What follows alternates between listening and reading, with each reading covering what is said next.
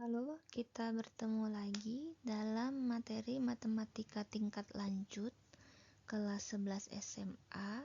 Kali ini ada materi tentang matriks. Untuk yang pertama, kita akan bahas tentang definisi dan komponen matriks, lalu lanjut ke operasi aljabar berupa penjumlahan dan pengurangan matriks. Matriks adalah kumpulan angka yang disusun dalam baris dan kolom tertentu. Bentuknya seperti ini. Nah, mari kita kenalan dulu dengan komponen dalam matriks. Yang pertama, M ini adalah nama matriks. Kemudian, di dalam matriks ada baris dan kolom. Nah, untuk yang di atas ini namanya adalah baris pertama atau baris 1. Dan yang bawah ini adalah baris kedua. Lalu ada yang namanya kolom. Kolom adalah jajaran angka yang bentuknya vertikal seperti ini. Ini adalah kolom 1. Yang berikutnya, yang tengah itu kolom 2, dan yang terakhir kolom ketiga. Nah, makanya di sini matriks M punya ordo 2 kali 3. 2 artinya banyak baris, dimana tadi matriks M ini punya baris 1, baris 2, artinya banyak barisnya adalah 2, dan 3 ini adalah banyak kolom, artinya tadi ada kolom 1, kolom 2, kolom 3, maka kolom dari matriks M ini adalah 3. Jadi 2 kali 3 ini adalah pasangan dari banyak baris dan banyak kolom yang dinamakan dengan ordo. Berikutnya, di dalam matriks ada elemen-elemen yang seperti ini. Nah, biasanya diisi dengan angka-angka. Jadi A23 ini misalnya adalah elemen matriks, di mana 2 ini menyatakan posisi baris karena elemen A23 ini atau angka yang ada di posisi ini berada di baris kedua ya. Dan 3 menyatakan posisi kolom.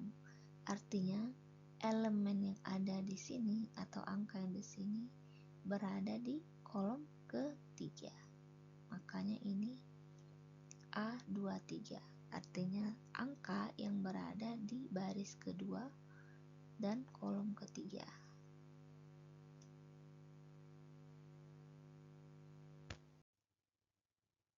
Lanjut, sebenarnya bagaimana sih penerapan dari matriks ini? Nah, matriks berguna dalam pengolahan data. Misal kita punya tabel seperti ini ya. Nah, untuk mengolah data angka-angka di dalamnya itu bisa kita pakai matriks. Jadi salah satu fungsi dari matriks adalah untuk pengolahan data dari tabel-tabel. Kita lanjut ke jenis-jenis matriks. Yang pertama ada namanya matriks baris. Maksudnya adalah matriks yang hanya punya satu baris saja, tapi bisa mempunyai kolom yang banyak. Di matriks R ini hanya punya satu baris tapi punya 4 kolom, yaitu 1, 2, 3, 4. Lalu juga ada matriks kolom. Nah, kebalikannya dari matriks baris ya. Matriks kolom hanya punya satu kolom tapi punya banyak baris. Barisnya ada 1, 2, 3. Lanjut, ada yang namanya matriks persegi. Dinamakan matriks persegi karena punya jumlah baris dan jumlah kolom yang sama. Seperti ini kita lihat barisnya ada 1, 2, 3 dan kolomnya ada 1, 2, 3. Jadi matriks M ini berordo 3 kali 3. Artinya punya baris sebanyak 3 dan punya kolom sebanyak 3. Lanjut matriks segitiga. Yang dimaksud matriks segitiga adalah ketika elemen-elemen di dalamnya yang berupa angka hanya berada terbatas oleh diagonal. Seperti matriks J ini disebut matriks segitiga bawah karena elemen-elemen matriks yang berupa angka berada di bagian diagonal bawah, sedangkan diagonal atas berisi angka-angka 0. Sedangkan matriks S kita sebut dengan matriks segitiga atas karena bagian diagonal atas terisi oleh angka, sedangkan bagian diagonal bawah terisi oleh angka-angka 0. Selanjutnya ada matriks diagonal atau identitas. Nah, matriks diagonal artinya suatu matriks berisi elemen angka hanya di bagian diagonalnya saja, sedangkan bagian bawah diagonal dan atas diagonal berisi angka-angka 0. Nah, jika angka-angka di diagonal ini berupa hanya angka 1, disebut dengan matriks identitas yang seperti ini ya. Nah, diagonal tidak hanya di bagian ini, tapi juga bisa di bagian diagonal lainnya. Lanjut. Ada juga yang namanya matriks transpose. Matriks transpose adalah matriks yang posisi elemennya bertukar antara baris dan kolom. Simbolnya matriks T. T itu adalah transpose. Contohnya seperti ini. Kita punya matriks P yang elemennya di baris pertama 147, baris kedua 258, dan baris ketiga 369. Nah, elemen di baris 1, baris 2, dan baris 3 ini kan kita tukar menjadi kolom 1, kolom 2, dan kolom 3 dalam transpose. Seperti ini. Jadi di baris ke-1 matriks P ada 147, kita buat menjadi kolom 1 bersusun vertikal ke bawah 147. Begitu juga dengan baris kedua 258 kita susun menjadi kolom kedua. Dan baris ketiganya 369 kita susun menjadi kolom ketiga. Nah, inilah namanya matriks transpose. Di mana sebelumnya posisi elemennya berupa baris ke-1, ketika ditranspos menjadi kolom ke-1. Begitu juga seterusnya untuk baris ketiga berubah menjadi kolom ketiga.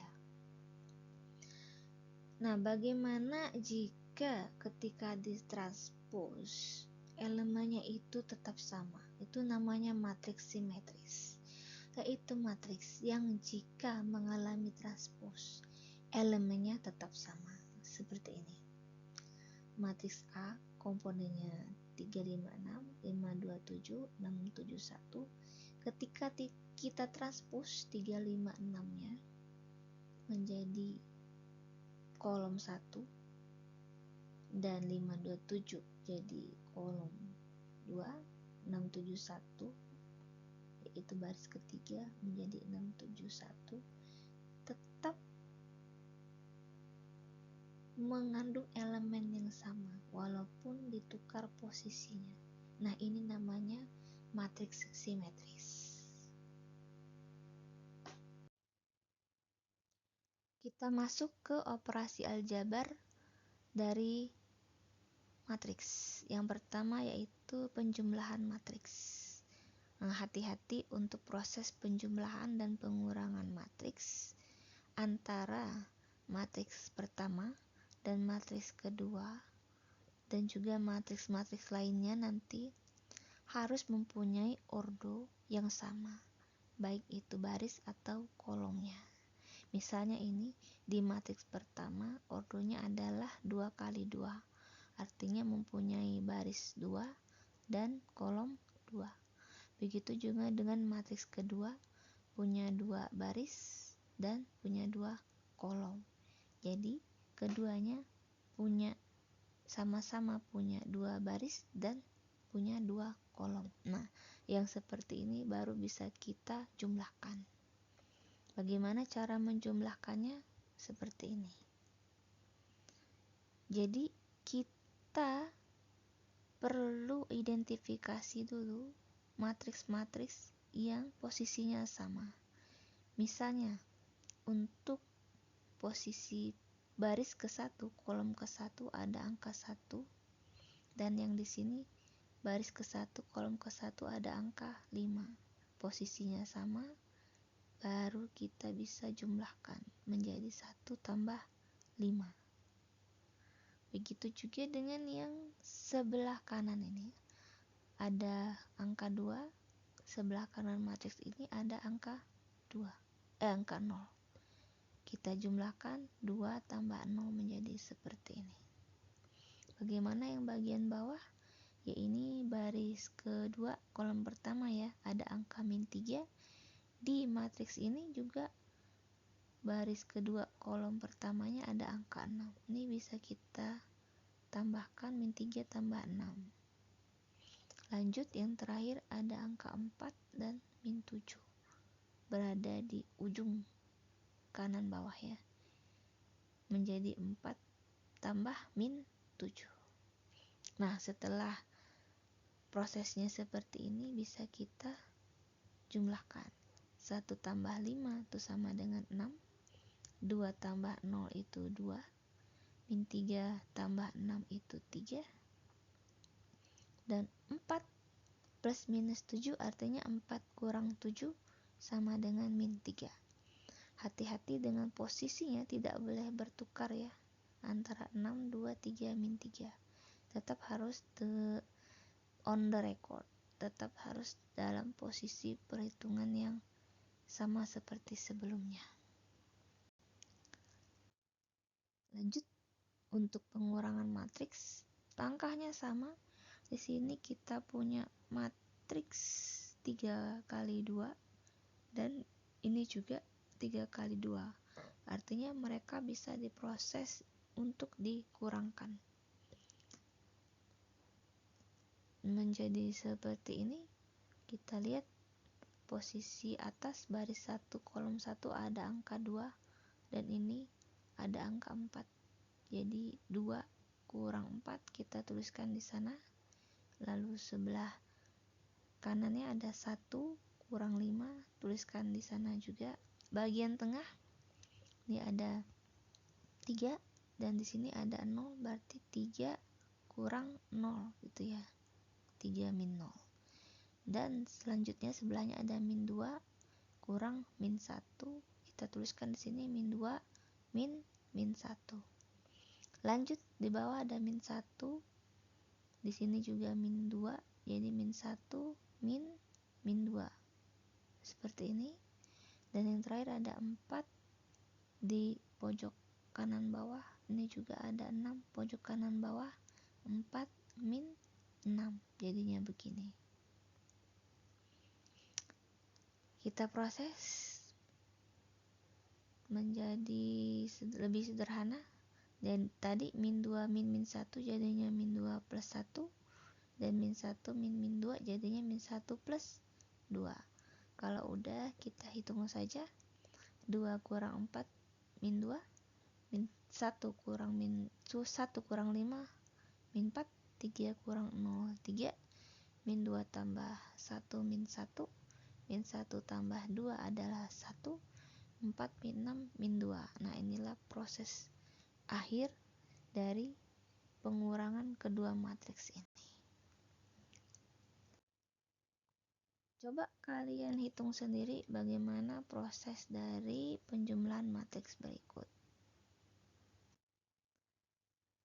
Sekian pembahasan kali ini tentang definisi komponen matriks dan juga operasi aljabar dari penjumlahan dan pengurangan matriks. Selanjutnya kita akan bahas tentang perkalian matriks. Sampai jumpa.